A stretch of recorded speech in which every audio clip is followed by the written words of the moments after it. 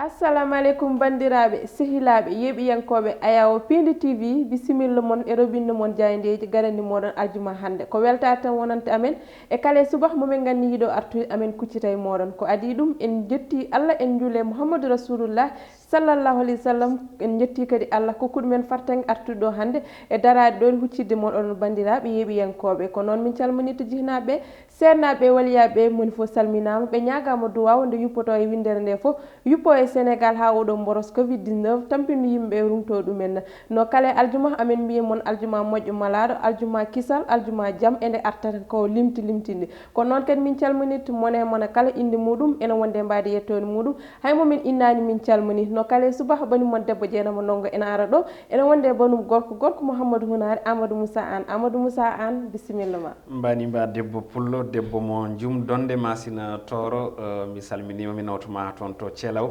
sikki ala jeynaba ko duwiɗa ko en mbi allahumma amina nde tawno rafi coronavirus ina tigui tawe e nder jokliwindere nde kono kadi ina tawe ɗo e leydi men sénégal sikki ala no mbiɗa ni en mbi bandiraɓe aljuma moƴƴo malaɗo aljuma moubaraka kono mbiɗen kala subaka tan ko jogade coftal kono kadi e humnude aadi bile aadi nde tawno fulɓe mbi ko salade aadi ɓuuri firtude aadi wadde en mbiya bandiraɓe assalamu aleykum wa rahmatullahi taala wa barakatuh. waaleykum salam wa rahmatullahi amadou moussa an ko adi ɗum eɗen duwono ɓesguli sénégal ɗi eɗen duwono kadi ɓesguli Iyane Thiam woni on duttiɗo e joomum enen gandi eɗen fof to heedanno e sénégal ɗo eɗen mbiyama to yeehi to yo taw ko toon woni ɓuural makko kadi en duwonima kadi kala bandiraɓe ruttiɓe e joomum men e ɗiɗo semaine aji ha fayi ɗeɗo lebbi jawtuɗi en duwonima ɗumen ko noon duwonoto ɗen Iyane Thiam ko noon tigui woni mo ganduɗa kam joguino commission to banggue ƴewde lewru ɗo e leydi men sénégal mbiɗa sikki moni foof ne andi darde makko to banggue umma islamique e to banggue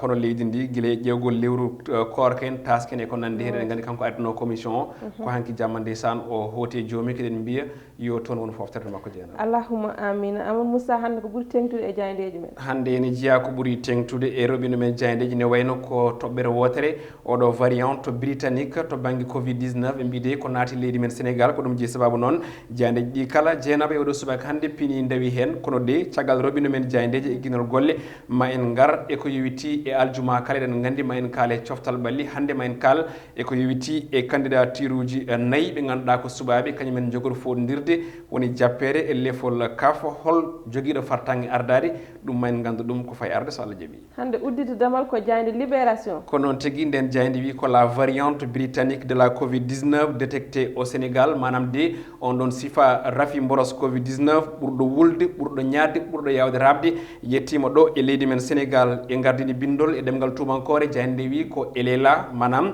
omono ɗo kanko rafi o ɗum ko caggal nde prélèvement ji mbaɗa guila ñande 30 lewru décembre e hitande mayde e on tuma noon ɓe mbaɗi ko witti e échantillon ngaji ko witti ko e banggue ha joni test jonɗo no fewi e on tuma noon ɓe gandi ɗin kawuji holto natiri ɗi jiiya ko toon to petite côte hayso ɗon tawi de adduɓe ɗon on ɗon rafi e ɗo e leydi men sénégal celli kañumen e kawuji muɗum contact kono ɗum o ganduɗa ko biteɗo docteur Moyeti kam woni directrice régionale de l'OMS ɗo e afrique banggue hirnangue o holliti wonde ɗiɗo élément ji foof de ina kollita wonde oɗo variante britannique ina ɗo tigui kono kadi eɗen gandi omo ɓeydi yaaha layde ha ni omo ɓeydo kadi ha joni yawde warde e nder leydi e nder leyɗele afrique kono ɗum teskama ɓeydugol kawuji boros coronavirus ɗo e dunde afrique e temdere kala nde ƴettuɗa 50 ɗe ina wayno ɓeydima ɗum ko tugui guila ñande nogas e jeenayyi lewru décembre 2020 ha nangui nogas e 5 lewru janvier ndeɗo hitande nde gonɗen e on tuma noon sénégal ɓe mbi oɗo saaha hande wonɓe e sous traitement jettima ujunaje 3 e temedde 9 tawi noon ko cas active ɓe kolliti wonde noon guila rafi o naati ɗo ko tolni e temedde 6 goni hawruɓe ladial ɗum ko tonggode hanki rawat hen ko jayde le soleil jayde guendire nde natri ɗin konguɗi ɓe mbi ko boros coronavirus le variante britannique détecté au sénégal le variant jafoɗon on ɗon boros mo ganduɗa kay tawama ɗo e leydi men sénégal ɓe mbite yen paam ko rafi walla mbiyen ko sifa ɓurɗo wawde rabde e rafi o no wano ni saabu e nder temdere kala ɓe mbi ko 50 ha 70 ɗum woni ko rafi o ɓuuri yawde rabde so yerendirama noon e on ɗon mo ganduɗa ko source originel woni gadi ɗo nadde o ma taw ina serti no fewi saabu on ɗon ko 3 ha 4 4 e nder temdere kala woni ko rabata e on tuma noon omo ganduɗa ko professeur Souleymane Mboup virologue suuten kongude holliti wonde ngam salade laygol on ɗon rafi coronavirus de alay saago yimɓe jokko ɗoftade ko yetti ko e ɗin mesure aji barriére jande le quotidien nden ɗon wi ko le variant britannique détecté ɗum ɗon noon ko ɗo e leydi men Sénégal on boros sifa muɗum naati ɗo ɗum jeeyi sababu noon ɓe mbide e gardide bindol ko un cas grave pour le Sénégal manam de Sénégal o sa hande oɗo sifa naɗo ɗo ko hunde hulɓininde no fewi saabu kay ko rafi ɓurɗo yawde rabde kono kadi ɓurɗo yawde warde so tawi kay yerodirama e source classique woni tan on source mo ganduɗa kay yiyanomo ɗo walla adinomo ɗo narde ɗo e leydi ndi ɗin kawri noon walla mbiyen on cas mo ganduɗa ko gadiɗo yiyeede e to banggue on variant britannique e contact uji mum kala ɓe mbide ko celli e oɗo saaha mbo kalaten jande Vox Populi nden ɗon jayde arti e ko yiwti ko ha joni e ko yiwti sifa oɗo deuxiéme vague kolitaɗo wonde kay ko ɓurɗo wawde rabde kono kadi ko ɓurɗo hewde mayɓe ɗum jeeyi sababu noon ɓe mbi tan ko le Sénégal chope les pires virus du corona Sénégal heeɓi ko yiwti koye oɗo virus mo ganduɗa kay ko gulɗo jaw wonande on brosse coronavirus le variant britannique ɓe mbide ko naati leydi men Sénégal ɓurɗo yawde rabde kono kadi ɓurɗo yawde warde ene tawe ɗo e Dakar tawide ɓe mbi addi ɗum ɗo e lamorgo ngo ko ɓiɗɗo leydi indien gummiɗo toon e ndin leydi professeur Souleymane Mboup mbo IRSF holliti hen konngudi holliti wonde de ene wayno oɗo variant mo ganduɗa kay adi yeede caggal toon to britannique ko toon to leydi Gambie on tuma noon ɓe mbaɗi ko yetti ko e recherche woni jiilaw haaɓe gandi on ɗon rafide ina tawe ɗo e leydi men Sénégal ɗum ɗon ɓe puɗɗima guila lewru décembre gam etade ƴewde holno sifa on ɗon brosse caggal muɗum noon ay naati ɗo e leydi men Sénégal jayde l'observateur nden ɗon jayde waɗi ko yetti ko ha joni e jilluji mbiyen série de reportage gam etade ƴewde ko yetti ko ha joni e sifa rafi coronavirus e wargoji muɗum ɗo e leydi men Sénégal ɓe mbide ko ɓeydugol mantinigol to banggue ɓen hawroɓe ladial ɓe mbi tan de ko ɗum hécatombe manam de ko gasɗe e guenale ɓurɗe hewde o saaha hande e nder guenale kewɗe ɗeɓe mbaɗi e ko yetti on reportage e limore temeɗɗe ɗiɗo e naayo goni ko kawre ladial e nder hono nogas jeetati walla mbiyen balɗe nogas jeetati battidiɗe ɗe ɗum ɗon noon ɓe mbi tan de ha joni ko reportage uji ɗiɓe mbaɗi toon to guenale ɗe Touba Yoff Saint-Lazare e nokku biteɗo Dangou ha toon to tol Pérou ɓe mbi tan de ha joni ko aroɓe ene gubbe toon ɓe ene ɓeydiya hewde sa wiyano mbiya koko sowodira so yerodirama e ko ɓenni ko firti ko rafi coronavirus ina kay waɗi junggo muɗum ha no fewi e ko yewti e ɓeɗo hawroɓe e ladial kona ɗum jayde arti ko wino ko wonde ko variant britannique naati ɗo e leydi men Sénégal jayde yeddiɗin ko goɗi wiide ɓuuri variant goto ɗi goni nayyi mbaɗaɗe détecté ɗo e leydi men Sénégal jayde enquête nden ɗon jayde waɗi losko e ko yewti laygol on boros coronavirus kono ɓe jilloyi ko toon to ɗuɗol jaabi ha tirdengal Cheikh Anta Diop université de Dakar ɓe mbi tan de haysino tawi oɗo saaha hande boros coronavirus ina jokki wadde ko weela e nder leydi Sénégal e on tuma hawri koye ɓe ɓe ganduɗa ko janggoɓe toon to université o kay kañumen ina gondi e mette kantoriɗe holko jeeyi sababu ɗen mette noon ne wayno de kamɓe ɗin étudiant ji ko wasdeɓe janggude ha tengti e jangde nde ɓe dokka en distance ɓe mbi ko ala gartam saabu gandal mabɓe ene ɓeydiya yarude caggal kono kadi to banggue caɗele internet hani e ngakkere bureau ji e ko nandi hen goɗɗum koɓe kaali hen ko hollidde wonde ene wayno de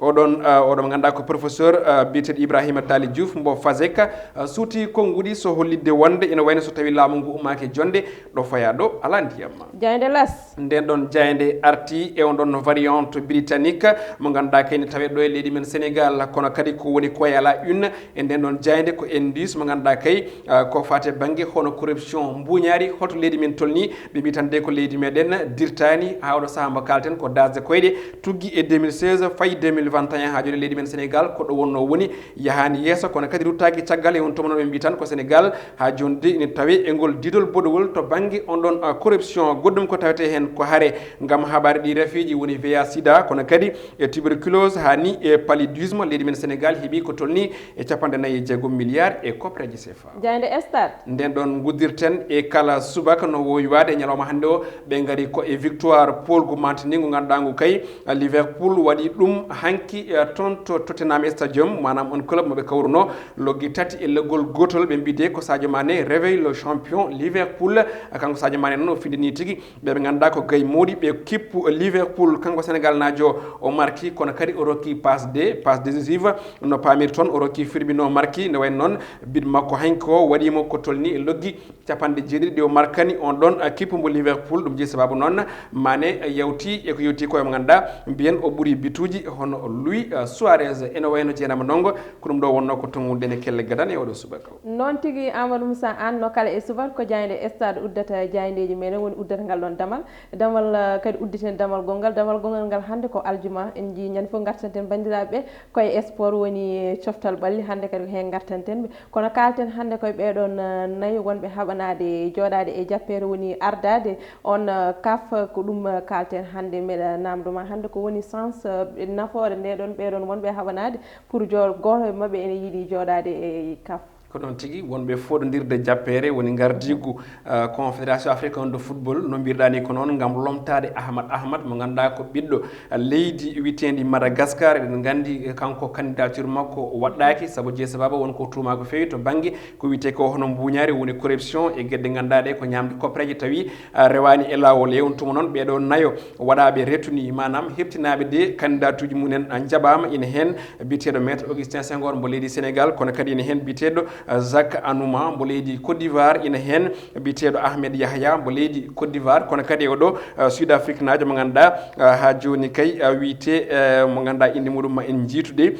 mo ganduɗa kay o jeeya ko e lande mo ganduɗa ko national congrès mo ganduɗa kay ko parti africaine mo ganduɗa ko toon to leydi wiitendi Afrique du Sud o jeeya kanko noon ɓeɗo nayi kala no mbiɗa ni eɗen eto hen arde ko ganduɗa etade famde hol kay neɗɗo hol hen ɓurɗo jogade fartangue manam ene jogori folde ɗin songoji ɗi ganduɗa kani wadde ko ñande 1 lewru mars hitande ndu gonɗen toon to Rabat leydi Maroc ɗum ɗon noon so en dokki yeru ma en paam wonɓe ganduɗa ene jogui fartangue e tigui arde e gardigu on ɗon kaf kono kadi wonɓe ganduɗa ene jogana kurhuli saabu ɗo ɗo kalten ne wayno kaf waɗi détecté walla mbiyen waɗi ko wiyete ko dépêché mo ganduɗa ko goto e ñawoɓe gam huccita e ɗiɗo ɓe ganduɗa ko e nayo ɓen ɗon subaɓe ɓen goni noon woni Ahmed Yaya mbo leydi ndi ganduɗa ndi kay ko leydi witende ha joni Mauritanie e biteɗo Monzep mo leydi Afrique du Sud ɓeɗo ɗiɗo kala de ene wayno candidature ji mabɓe ene kulana woto jowede tawi jeeyi sababu ko wonkoɓe tuuma holkoɓe tuuma so en gadorima mo leydi Mauritanie o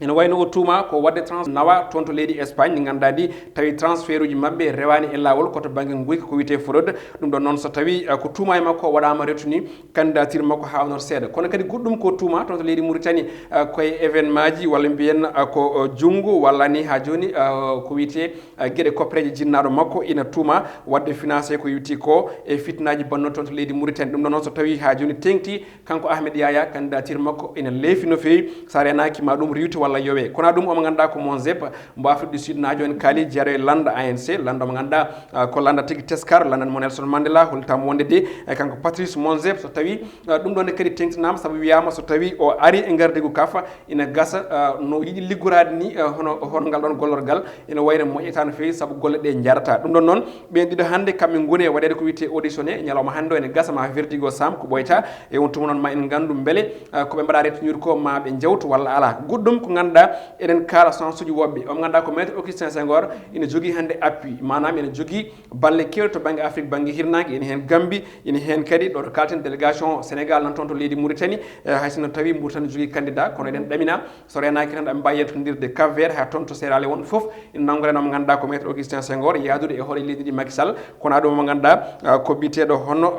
Jacques Anouma mbo leydi Côte d'Ivoire onne kadi ko gaari mawdi no fewi ɗaminaɗo ina wawi tigui folde à tout moment eko yewti e gardigu kaf so tawi koni mbaɗirɗen résumé en tout cas e gueɗɗe sen paami ko yimɓe ɗiɗo hande o ɓuuri labde enen jogori wiyede ko kañumen jogori arde hen e manam e jappere kaf woni omo ganduɗa ko maître Augustin Senghor kono kadi e Jacques Anouma mbo leydi Côte d'Ivoire eyyi ɓe kolliti ko yimɓe nayo goni e sungoji ɗi woni yidɓe ɓe ardade kaf kono eɗen en jii hande mataw ko yimɓe ɗiɗo tan mbawata hen jaggude goni henete wadde heddiɓe ɓe wonko tuuma walla heddiɓe ɓe wonko gone waɗede auditionné en ganda ko maɓe jaaɓe walla ɓe jaɓetaki ɗum ne tigui bon wiide ko ɓeɗo ɗiɗo tan jogui hen fartangue ɗum ɗon wodnani en saabu mbiɗen ni ɓe goni oɗo saaha hande ko e namdede ko tuuma mabɓe ko beelen woodi walla wodani donc kamɓe nayyi foof ɓe mbaɗama retuni eɗen gandi ko kaf arino wadde retuni ko ɓeɗo ɗiɗo caggal muɗum FIFA yowi caggal muɗum artiri ɓen ɗon nayyi foof wadde hande jaggaten ko 4 candidat kañumen goni ƴemoɓe kaf ko adi keɗen ganda en tout cas ko yewti ko ha joni e on verdict final mo ganduɗa ko commission de gouvernance de la CAF confédération africaine de football. ko noon tigui ɓayde ko kamɓe nayo kam jagga ko kamɓe tan jaggaten ko kamɓe goni henete e ko wona ɗum ko bandiraɓe ko ɗo min ndewata min mbaynirto moɗon min mbi kadi momin jewnu mon no fewi e weekend o ko wona ɗum ko aadi meɗen ko altine so Allah lamɗo jaaɓi ko adi ɗum en jetti en janni on keɗannoɗo men to caméra woni Mansour Sow alias Thiat Sow walla mbiyen Thiat Walo e assistant makko Amadou Touré aadi meɗen ko altine so weeli Allah.